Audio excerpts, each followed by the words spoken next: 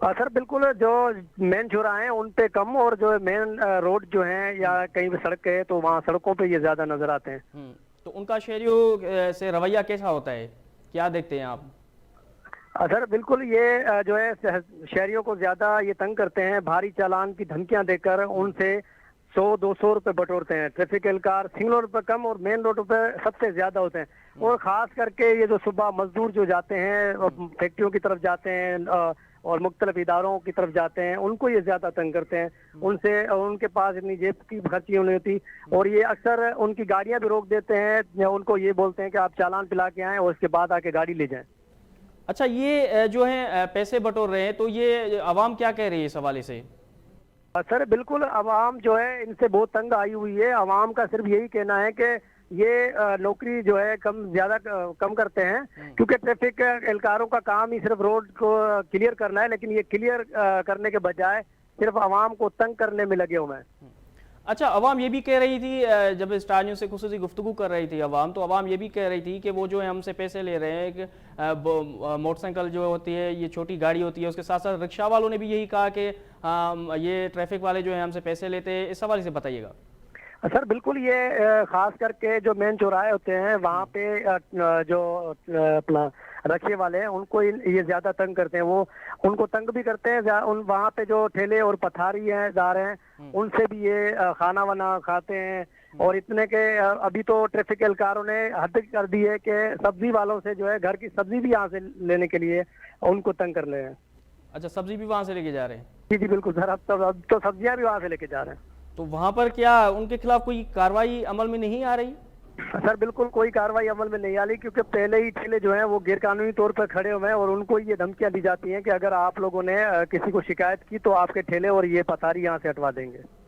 جی نبی بخش، آپ ہمارے ساتھ ٹیلی فون لائن پر موجود تھے کراچی سے، آپ کا بہت بہت شکریہ. ناظرین، ہم نے آپ کو یہ خبر دکھائی کراچی کے حوالے سے جو کہ انتہائی اہم خبر تھی، اور یہ ایک کا مسئلہ نہیں ہے بلکہ یہ ہم سب کا مسئلہ ہے کہ ٹریفک جیم ہوتی ہے شام کو بھی اور صبح کو بھی. تو ظاہری بات ہے ہم کہاں کیسے دفتر پہنچیں گے اور دفتر کے بعد جو ہیں کیسے ہم گھر پہنچیں گے. اس حوالے سے ہم نے آپ کو یہ جو ہیں خبر دکھائی کراچی ٹریفک کے حوالے سے، اور ہم نے کوشش بھی کی کہ وہاں پر جان سکے کہ عوام کیا کہہ رہے. تو عوام کی رائے آپ نے دیکھی کہ وہاں پر عوام جو ہیں ٹریفک اہلکاروں سے پریشان ہیں اور ٹریفک پولیس سے یہی مطالبہ کر رہی ہے، سندھ حکومت سے بھی مطالبہ کر رہی ہے. اس کے ساتھ ساتھ ٹریفک پولیس میں جو اعلیٰ افسران ہیں ان سے یہی مطالبہ کر رہی ہے کہ ٹریفک کے کچھ اہلکار جو ہیں وہ ہم سے بھاری پیسے لیتے ہیں، اس کے ساتھ ساتھ ہمیں پھر بعد میں چھوڑتے ہیں. اس حوالے سے نوٹس لیا جائے اور ہمیں جو ہے پریشان نہ کیا جائے. یہ ناظرین آپ کو ہم نے رپورٹ بھی دکھائی اور اس پر کوشش کریں گے کہ اس پر نوٹس بھی لیا جائے اعلیٰ افسران کی جانب سے اور سندھ حکومت کی جانب سے، خاص طور پر ٹریفک کے حوالے سے. ناظرین ایک اور بھی خبر ہے وہ بھی ہم جو ہیں شامل کر رہے ہیں. یہ ہیں راجن پور سے، جہاں پر اسٹار نیوز نے کل ایک خبر نشر کی تھی جو کہ منشیات کے حوالے سے تھی. منشیات فروشی عروج پر تھی، فروخت بھی ہو رہی تھی تو استعمال بھی ہو رہی تھی.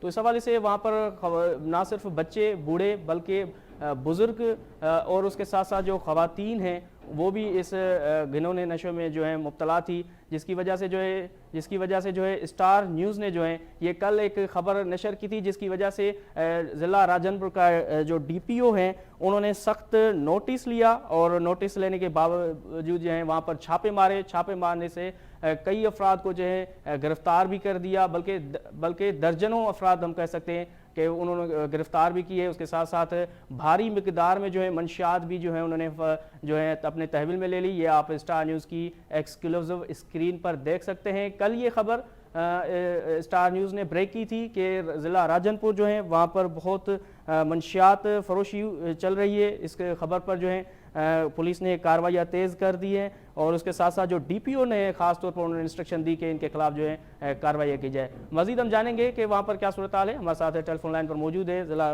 راجن پور سے عاصم چودھری. السلام علیکم عاصم چودھری. عاصم چودھری، کل اسٹار نیوز نے جو ہے ایک خبر جو ہے شیئر کی تھی، وہ اس پر جو ہے ڈی پی او جو ہے راجن پور انہوں نے ایکشن لیا ہے، اس حوالے سے آگاہ کیجیے گا. جی بالکل قیوم صاحب، کل اسٹار نیوز پر ایک خبر نشر ہوئی تھی کہ ضلع راجن پور میں منشیات فروشی کا دھندا عروج پر ہے، جس پر ڈی پی او راجن پور نے ضلع بھر میں ایس ایچ او صاحبان کو منشیات کے خلاف کارروائیاں تیز کرنے کی ہدایات جاری کی تھی، جس پر ایس ایچ او تھانہ صدر فاضل پور نے